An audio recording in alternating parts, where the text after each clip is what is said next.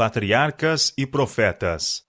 Capítulo 46. As bênçãos e as maldições. Depois da execução da sentença de Acã, Josué teve ordem de arregimentar todos os homens de guerra e, de novo, avançar contra Ai. O poder de Deus estava com seu povo, e logo ficaram de posse da cidade. As operações militares agora foram suspensas, para que todo Israel pudesse empenhar-se em um solene serviço religioso. O povo estava ansioso por estabelecer-se em Canaã. Ainda não tinham casas nem terras para suas famílias, e a fim de adquiri-las deveriam expulsar os cananeus. Mas este importante trabalho devia ser adiado, pois que um dever maior reclamava sua primeira atenção. Antes de tomarem posse de sua herança, deviam renovar seu concerto de fidelidade a Deus. Nas últimas instruções de Moisés, por 2 vezes haviam sido dadas ordens para sua convocação das tribos nos montes Ebal e Gerizim, em Siquém, para o reconhecimento solene da lei de Deus. Em obediência a essas ordens expressas, todo o povo, não somente homens, mas mulheres, crianças e estrangeiros que andavam no meio deles, deixaram seu acampamento em Gilgal e marcharam, através do território de seus inimigos, ao vale de Siquém, próximo do centro daquela terra. Posto que cercados de adversários não vencidos, estavam seguros sob a proteção de Deus enquanto lhes fossem fiéis.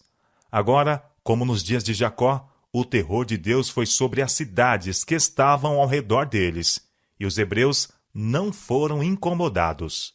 O lugar indicado para este serviço solene já era sagrado pela sua ligação com a história de seus pais.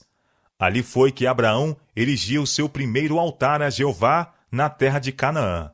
Foi ali que Abraão e Jacó armaram suas tendas. O último comprara ali o campo em que as tribos deveriam sepultar o corpo de José. Ali também estava o poço que Jacó cavara, e o carvalho sob o qual sepultaram os ídolos de sua casa. O local escolhido era um dos mais belos de toda a Palestina, e digno de ser o teatro em que aquela grandiosa e impressionante cena deveria ser levada a efeito. O lindo vale, com seus campos verdejantes, pontilhados de bosques de oliveiras, regados de riachos oriundos de fontes vivas e adornado de flores silvestres, estendia-se de um modo convidativo entre as colinas áridas. Ebal e Gerizim, nos lados opostos do vale, quase se aproximavam uma da outra, parecendo seus contrafortes inferiores formar um púlpito natural, sendo audíveis em uma delas distintamente todas as palavras proferidas na outra, ao mesmo tempo em que os lados da montanha, recuando, proporcionavam um espaço para a vasta congregação.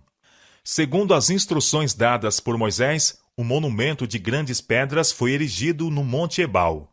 Sobre essas pedras, previamente preparadas por uma cobertura de argamassa, foi inscrita a lei.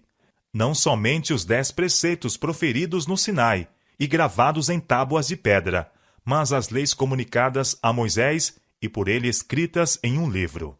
Ao lado deste monumento foi construído um altar de pedras não lavradas, sobre o qual foram oferecidos sacrifícios ao Senhor. O fato de ter erigido o altar no Monte Ebal, monte este sobre o qual fora posta a maldição, era significativo, denotando que, por causa de sua transgressão à lei de Deus, Israel incorrera com justiça em sua ira, e que esta caíra de pronto sobre eles, não fosse a obra expiatória de Cristo, representada pelo altar de sacrifício. 6 das tribos, todas descendentes de Leia e Raquel, ficaram estacionadas no Monte Gerizim, enquanto as que descenderam das servas, juntamente com Ruben e Zebulon, tomaram posição em Ebal, ocupando o vale entre eles os sacerdotes com a arca. Foi proclamado silêncio mediante o som da trombeta que dava os sinais. E então, em profundo silêncio, e na presença desta vasta assembleia, Josué, em pé ao lado da arca sagrada, leu as bênçãos que deveriam seguir-se à obediência à lei de Deus. Todas as tribos em Gerizim responderam por um amém. Então ele leu as maldições, e as tribos em Ebal, de modo semelhante, deram seu assentimento, unindo-se como a voz de um homem, em resposta, milhares e milhares de vozes. Em seguida, teve lugar a leitura da lei de Deus, juntamente com os estatutos e juízos que lhes haviam sido entregues por Moisés. Israel havia recebido a lei diretamente da boca de Deus, no Sinai, e os sagrados preceitos da mesma, escrito pela sua própria mão, ainda se encontravam preservados na arca. Agora foi escrita novamente, onde todos a poderiam ler. Todos tinham o privilégio de ver por si mesmos as condições do concerto, mediante o qual deveriam manter a posse de Canaã. Todos deveriam exprimir sua aceitação aos termos do concerto e dar seu assentimento às bênçãos ou maldições pela sua observância ou negligência. A lei não somente foi escrita sobre as pedras que serviam de memória, mas foi lida pelo próprio Josué ao ouvido de todo Israel. Não fazia muitas semanas que Moisés dera todo o livro de Deuteronômio em discursos ao povo. Contudo, de novo lê Josué agora a lei. Não somente os homens de Israel, mas todas as mulheres e crianças ouviram a leitura da lei, pois era de importância que também estas conhecessem e cumprissem seu dever. Deus ordenara a Israel com relação aos seus estatutos. Ponde, pois, estas minhas palavras no vosso coração e na vossa alma, e atai-as por sinal na vossa mão, para que estejam por testeiras entre os vossos olhos. Ensinai-as a vossos filhos, para que se multipliquem os vossos dias e os dias de vossos filhos na terra que o Senhor jurou a vossos pais dar-lhes, como os dias dos céus sobre a terra. Deuteronômio capítulo 11, versos 18 a 21. Cada 7º ano, a leitura inteira devia ser lida na Assembleia de todo Israel, conforme Moisés ordenou.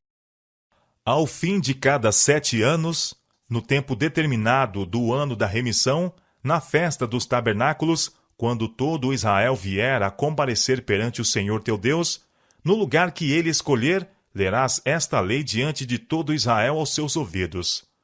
Ajunta o povo, homens e mulheres, e meninos, e os teus estrangeiros que estão dentro das tuas portas, para que ouçam, e aprendam, e temam ao Senhor vosso Deus, e tenham cuidado de fazer todas as palavras desta lei.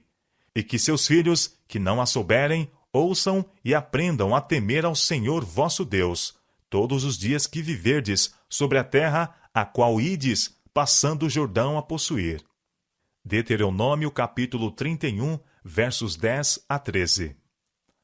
Satanás está sempre em atividade, esforçando-se por perverter o que Deus falou, por cegar a mente e obscurecer a compreensão e levar desta maneira os homens ao pecado. É por isso que o Senhor é tão explícito, tornando suas reivindicações tão claras que ninguém está no caso de errar.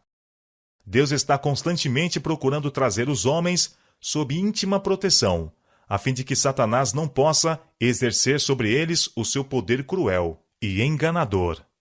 Deus condescendeu em falar com eles de viva voz, escrever com sua própria mão os oráculos vivos. E estas benditas palavras, todas animadas de vida e luminosas de verdade, são confiadas aos homens como um guia perfeito. Visto que Satanás está tão pronto para se apoderar da mente e desviar das promessas e requisitos do Senhor as afeições, necessita-se da maior diligência para fixá-las no espírito e gravá-las no coração. Maior atenção deve ser dada pelos ensinadores religiosos à instrução do povo nos fatos e lições da história bíblica e nas advertências e ordens do Senhor. Estas coisas devem ser apresentadas em linguagem simples, adaptada à compreensão das crianças. Deve ser uma parte da obra, tanto dos ministros como dos pais, providenciar para que os jovens sejam instruídos nas Escrituras. Os pais podem e devem interessar os filhos no conhecimento variado que se encontra nas páginas sagradas. Mas se quiserem interessar seus filhos e filhas na palavra de Deus, deverão eles próprios estar interessados na mesma. Devem estar familiarizados com seus ensinos e, conforme Deus ordenou a Israel, falar a tal respeito, assentado em sua casa e andando pelo caminho, e deitando-te e levantando-te. Deuteronômio capítulo 11, verso 19. Aqueles que desejam que seus filhos amem e reverenciem a Deus devem falar de sua bondade, sua majestade e seu poder, conforme se acham revelados em sua palavra e nas obras da criação. Cada capítulo e cada versículo da Bíblia é uma comunicação da parte de Deus aos homens. Devemos ligar seus preceitos como sinais sobre nossas mãos e como testeiras entre nossos olhos. Sendo estudada e obedecida, haveria de guiar o povo de Deus como guiados foram os israelitas, pela coluna de nuvem durante o dia e pela coluna de fogo à noite.